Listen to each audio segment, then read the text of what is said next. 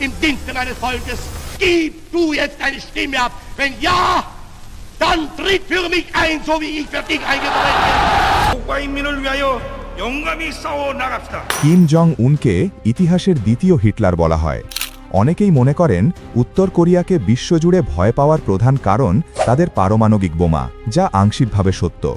তবে এর থেকেও বড় সত্য হল বিশ্বের প্রায় 90% দেশ বিশ্বাস করে যে হিটলারের সেই বিশেষ ট্রেন হেভি গুস্তাফ এখন উত্তর কোরিয়ার কাছে রয়েছে। এই হেভি গুস্তাফ কোনো সাধারণ কামান ছিল না, এটি ছিল ইতিহাসের সবচেয়ে বড় কামান। এর বিশাল আকার, দানবীয় শক্তি এবং ধ্বংসক্ষমতা এতটাই বেশি ছিল যে শত্রুপক্ষ এর নাম শুনলেই ভয়ে কাঁপত। কামানটির পুরো ওজন ছিল প্রায় 1350 টন।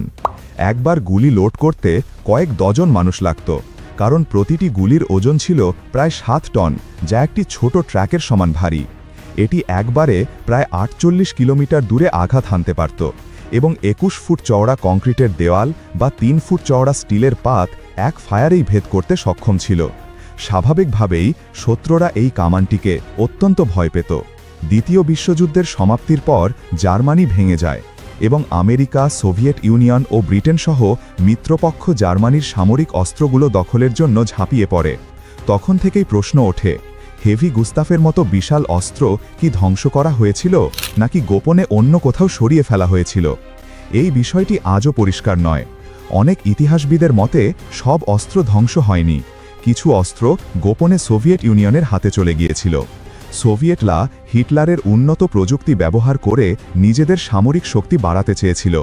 কিম জং উনের দাদা কিম ইন সুং তখন সোভিয়েত ইউনিয়নের ঘনিষ্ঠ বন্ধু ছিলেন।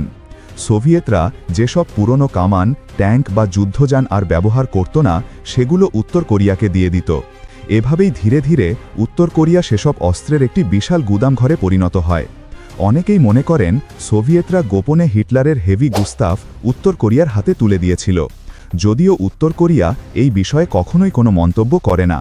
কিন্তু উত্তর কোরিয়ার সামরিক বাহিনীতে আজ যেভাবে পুরনো সোভিয়েত আমলের কামান ব্যবহার করা হয়, তাতে এই গুজবকে পুরোপুরি উড়িয়ে দেওয়া কঠিন। আন্তর্জাতিক গোয়েন্দা রিপোর্টেও বলা হয় উত্তর কোরিয়ার সামরিক ঘাঁটিগুলোতে এমন অনেক পুরনো অস্ত্র আছে যা সোভিয়েত যুগে তৈরি। ধারণা করা হয় তারা সেগুলোকে নিজেদের মতো করে আরও শক্তিশালী করেছে। তাই অনেকে মনে করেন হিটলারের সেই হেভি গুস্তাফ হয়তো উত্তর কোরিয়ায় লুকানো আছে এবং সেটিকে গোপনে আরও উন্নত করা হয়েছে। আসল কারণ হল এর বিশাল আকার, দানবীয় গুলি আর ধ্বংসাত্মক শক্তি এতটাই বেশি যে মানুষ বিশ্বাস করে যদি এমন অস্ত্র আবার কারো হাতে যায় তাহলে পুরো একটি দেশ মাটির সঙ্গে মিশে যেতে সময় লাগবে না। তখনকার দিনে হিটলারের কামানের একটা গুলি দিয়ে পুরো একটি শহর উড়িয়ে দেওয়া যেত। আর যদি উত্তর কোরিয়া এটিকে এখন আরও বেশি আপগ্রেড করে থাকে তাহলে তা ছোটোখাটো একটি পারমাণবিক বোমাকেও ছাড়িয়ে যাবে। উত্তর কোরিয়ার রহস্যময় প্রকৃতির কারণে এই ভয় আরও বাড়ে, কারণ বাইরে থেকে কেউ তাদের আসল সামরিক শক্তি সম্পর্কে সঠিকভাবে জানে না। কিম জং উনের সরকার মাঝে মাঝেই চন মাহো নামে ট্যাঙ্ক পরীক্ষা করে, যা বিশ্বের সবচেয়ে বড় ও শক্তিশালী ট্যাঙ্কের মধ্যে গণ্য করা হয়। তাই যদি সত্যিই হিটলারের সেই ভয়ঙ্কর কামান উত্তর কোরিয়ার হাতে থেকে থাকে তবে বিশ্ব কেন তাদের ভয় পাবে না? তবে এই বিষয়টিও এক অমীমাংসিত রহস্য, কারণ হেভি গুস্তাফ উত্তর কোরিয়ার হাতে আছে কিনা তার কোনো অকাট্য প্রমাণ নেই। কিম জং উনকে দ্বিতীয় হিটলার বলার সাথে সাথে যদি সত্যিই তার হাতে হিটলারের সেই ভয়ঙ্কর কামান থাকে তবে ইতিহাস আবারও এক নতুন মোড় নিতে পারে।